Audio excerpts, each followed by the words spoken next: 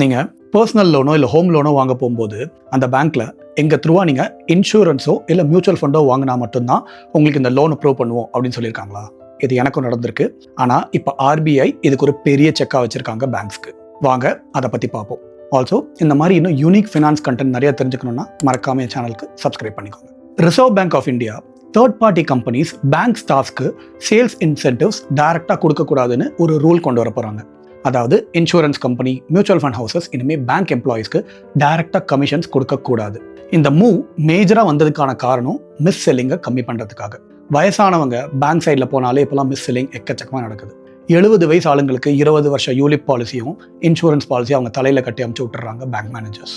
Banks தான் இந்தியாவிலேயே insurance and mutual fund டிஸ்ட்ரிபியூஷனுக்கான ஹியூஜ் மார்க்கெட்டை ப்ளே பண்ணுது. இன்ஃபேக்ட் நிறைய இன்சூரர்ஸ்க்கு கிட்டத்தட்ட 75% ஆஃப் த பாலிசி வந்து பார்த்தீங்கன்னா பார்ட்னர் பேங்க் சேனல்ஸ் த்ரூவாக மட்டும்தான் செல் ஆகுது. இது மியூச்சுவல் ஃபண்டுக்குமே 30% மேலே போகுதுன்னு சொல்கிறாங்க. இதில் என்னடா பெரிய பிரச்சனை அப்படின்னு கேட்டிங்கன்னா, பேங்க் ஸ்டாஃப்ஸ்க்கு தேர்ட் பார்ட்டிஸ் த்ரூவாக இன்சென்டிவ்ஸ் வருதுங்கிறதுனால கஸ்டமர்ஸ்க்கு அந்த ப்ராடக்ட்டே தேவையில்லைனா கூட அதை நம்ம தலையில் கட்டி விட்டுறாங்க. இதுக்கு பேர் தான் மிஸ் செல்லிங். இப்போ ஆர்பிஐ ஒரு டிராஃப்ட் சர்க்குலரை ஃப்ளோட் பண்ணியிருக்காங்க. இந்த டிராஃப்டில் என்னென்ன சொல்லியிருக்காங்கன்னு பார்ப்போமா? முதல்ல பேங்க் ப்ராடக்ட்ஸ் கூட எந்த தேர்ட் பார்ட்டி ப்ராடக்ட்ஸையும் பண்டில் பண்ணி வைக்கக்கூடாது. லோன் சாங்ஷனுக்காக ஃபோர்ஸ் பண்ணி இன்சூரன்ஸ் வாங்க சொல்லவே கூடாது.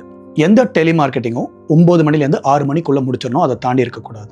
கஸ்டமரோட ஃபீட்பேக் சிஸ்டம் 30 டேஸ்க்குள்ளே கம்ப்ளீட் பண்ணணும்.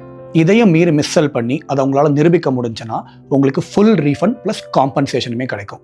இப்போ இது கனரா பேங்க்ல ஒரு பெரியவருக்கு இதே மாதிரி நடந்து அவருக்கு already compensation plus full refund கிடைச்சிருக்கு. இதனால நம்மளுக்கு என்ன நல்லது அப்படின்னு பார்த்தீங்கன்னா, டிரான்ஸ்பரன்சி இன்க்ரீஸ் ஆகுது, லெஸ் ப்ரெஷர் செல்லிங் நடக்குது பேங்க் சைடில். ஸோ உங்கள் தலையில் இஷ்டத்துக்கு கண்டதை கட்டி விட்டுற மாட்டாங்க. மூணாவது, பெட்டர் ப்ராடக்ட் சூட்டபிலிட்டி. ஸோ உங்களுக்கு என்ன ப்ராடக்ட் தேவையோ, லோன் தேவை அப்படின்னா லோன், லாக்கர் தேவைன்னா லாக்கர், இது மட்டும் தருவாங்க. தேவையில்லாமல் இன்சூரன்ஸையோ மியூச்சுவல் ஃபண்ட்ஸையோ இல்லை பென்ஷன் பிளான்ஸையோ உங்கள் தலையில் கட்ட மாட்டாங்க. என்னை பொறுத்த வரைக்கும் இது ஒரு சூப்பர் மூவ். இதனால் மிஸ் செல்லிங் எக்கச்சக்கமாக குறையறதுக்கான வாய்ப்புகள் நிறையா இருக்குது. உங்களுக்கு இந்த மாதிரி மிஸ் செல்லிங் நடந்திருக்கா? மறக்காமல் கமெண்ட்ஸில் சொல்லுங்கள். இதை பற்றி நீங்கள் என்ன நினைக்கிறீங்கிறதையும் மறக்காமல் உங்கள் தாட்ஸை என்கிட்ட ஷேர் பண்ணுங்கள். I'll see you all in the next video. Bye-bye.